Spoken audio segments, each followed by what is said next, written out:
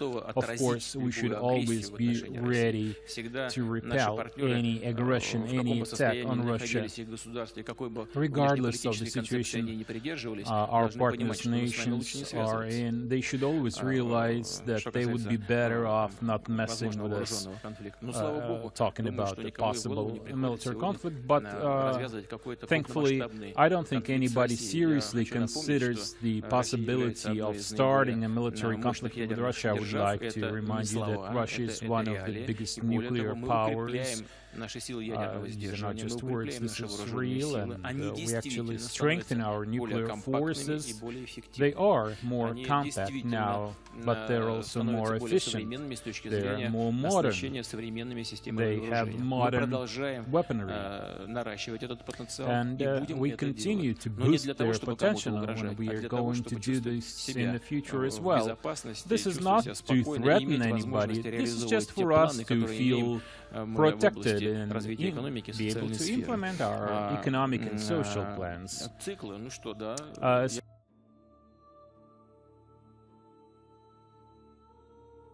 The Russian Navy says there's nothing unusual for its submarines to patrol international waters, including those off the U.S. coast. It follows a New York Times report that 2 Russian subs were spotted just 200 miles off the American coast. The Pentagon is reportedly concerned it could point to more assertive Russian tactics.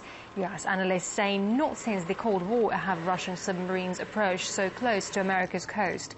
But officials in Moscow insist they have never stopped patrolling international waters. Our Navy should not be idling its time away.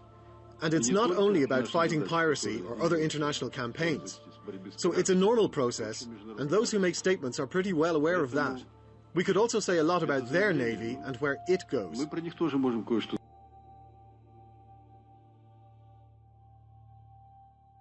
Meantime, more rising tension is looming farther east with China as President Obama prepares for a second term.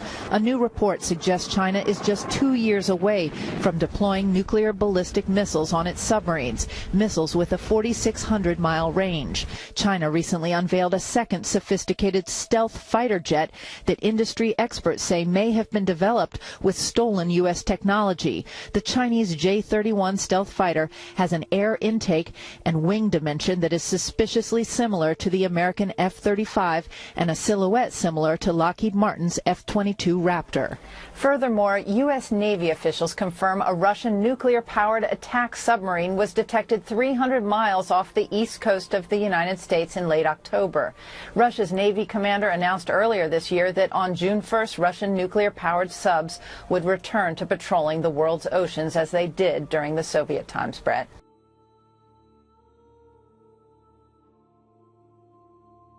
Begin in China. We got a glimpse of the country's fleet of nuclear submarines for the first time. These submarines have participated in multiple training and drills simulating actual combat using domestically designed techniques.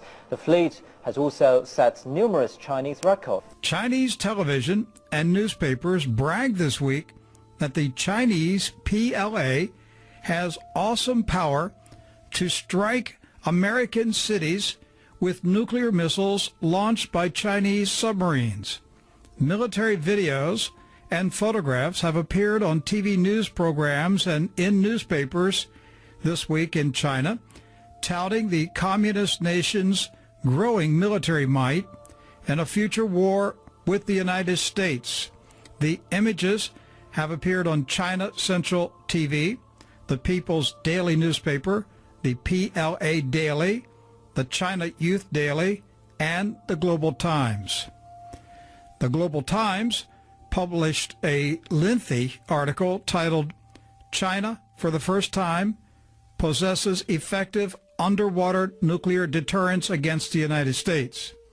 The article includes 30 photographs and graphics showing the damage that Seattle, Washington, and Los Angeles, California would suffer after being hit by Chinese nuclear warheads launched by stealth submarines.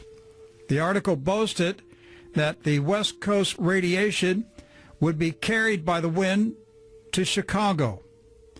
The Chinese news report said the PLA missiles will not target the U.S. Midwest, but strike the densely populated West Coast. In addition to Seattle and Los Angeles, the Chinese news media said San Francisco and San Diego will be targeted for destruction, killing or injuring up to 12 million Americans. The Chinese newspaper said that Chinese ICBMs launched over the North Pole will easily obliterate New England and much of the East Coast, including Annapolis, Maryland, home of the U.S. Naval Academy, Baltimore, Maryland, home of the NSA, Philadelphia, New York City, Boston, Portland, Maine, and Norfolk, Virginia, the biggest naval port in America. An estimated 34,000 Japanese troops, naval destroyers, and fighter jets are scheduled to take part in a large-scale military exercise scheduled to end on November 18. Ramon, I'm hoping you have some answers for us. What are you hearing on your end? Well, Dina, as you can see here, the sun is starting to set here in Los Angeles. And it was about this time yesterday that a lot of people saw what they think looked like a missile being launched just off the coast of Los Angeles here. The problem is that the United States government, the military, says they don't know what it is. A lot of people are not buying that information. Now, most of us have seen the video by now of this huge condensation trail going after what looks like a missile or some sort of rocket. Now, we've talked to a lot of military experts who have weighed in on this. Some of them say that it could have been a missile that was fired off accidentally by the U.S. military. Some say that it was just some sort of fighter jet, and the trail that it left behind made it look like a missile. However, the fact that the U.S. government has been hush on this, saying they don't know what it is, has raised a lot of suspicions about what this truly is. Now, we've talked to military experts from around the world, including in Russia, who have weighed in on what they think might have happened. All experts, I think, agree that it's a launch of some kind of ballistic missile and probably underwater. And I think that it's a great embarrassment for the American military. It shows that with all the billions spent on the national defense, the United States basically is vulnerable to this kind of unwarranted attacks.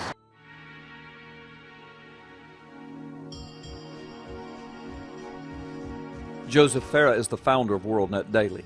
According to Joseph Farah's G2 Bulletin, in an article dated November 19, 2010, experts are now saying that the mystery contrail off the California coast last week was from a Chinese missile.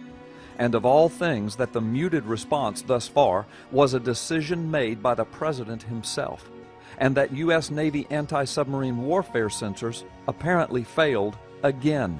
And on top of this, experts are speculating that the Pentagon is working with the media to orchestrate a cover-up of the entire affair. Farah's report says this, that the U.S. Defense Department and North American Aerospace Defense Command have speculated publicly that the unidentified contrail of a projectile simply came from a jet airplane and posed no security threat to the United States. But, Farah reports, several experts are now raising provocative and disturbing questions about the government's official response. Two governmental military experts with extensive experience working with missiles and computer security systems have examined the television video and conclude that the mysterious contrail originating some 30 miles off the coast near Los Angeles did not come from a jet airliner, but rather, they say, the exhaust and the billowing plume emanated from a single-source nozzle of a missile probably made in China. They further suggest the missile was fired from a submerged Chinese nuclear submarine off America's coast, and point out that the timing of the alleged Chinese missile shot coincided with an increasing confrontation between the U.S. and China and was likely meant to send a message to Washington. Indeed, the Federal Aviation Administration documents that there were no aircraft flying in the area at that time, the night of November the 8th, Farah's report says. a former U.S. Air Force fighter pilot and commander of an F-15 squadron and an F-16 wing, Brigadier General Jim Cash was assigned to NORAD as an assistant director of operations and is fully knowledgeable of NORAD procedures. Here is what he says. The question that still must be answered is why NORAD's muted response was simply that North America was not threatened, and later our government approved the lame excuse that the picture recorded was simply an aircraft leaving a contrail. He went on to say, there is absolutely no doubt that what was captured on video off the coast of California was a missile launch, was clearly observed by NORAD, assessed by a 4-star general in minutes, and passed to the President immediately. Cash continued with this ominous warning. We must question the timing of this shot across our bow. The President was abroad being diplomatic, which means trying to placate China. And in this astounding admission, Wayne Madsen, a former naval officer who has worked at the National Security Agency and the Naval Data Automation Command, said the inability to pick up what he described as a Chinese Jin-class submarine-launched ballistic missile isn't the first time U.S. Navy anti-submarine warfare sensors have failed. Madsen, who today is an investigative journalist, said the Pentagon is working, quote, overtime with the media and on the internet to cover up the latest debacle. However, even some reporters who cover the Pentagon full-time are beginning to question the Pentagon's version of events over the skies west of Los Angeles. Dr. Lyle J. Rapicki of Sentinel Intelligence Services, LLC, said that the contrail incident off the Los Angeles coast is fraught with peril due to the defense systems and protocols in place that should have detected the alleged submarine. Dr. Rapicki said, the decision to officially announce that North America was not threatened and all the excitement was due to an aircraft leaving a contrail is a decision that reaches beyond the 4-star general level and goes directly to a decision made by the Commander-in-Chief.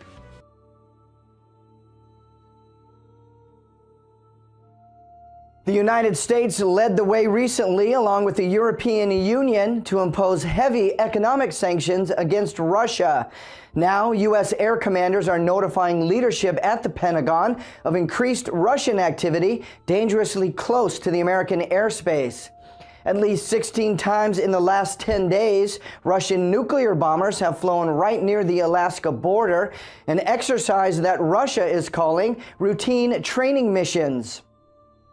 Twice now, American fighter jets have intercepted Russian spy planes and nuclear bombers and escorted them out of the sensitive airspace. Last month, 2 Russian bombers flew within 50 miles of the California coastline before turning back. U.S. Major Ben Smith says the recent Russian Air Force missions are a spike in activity.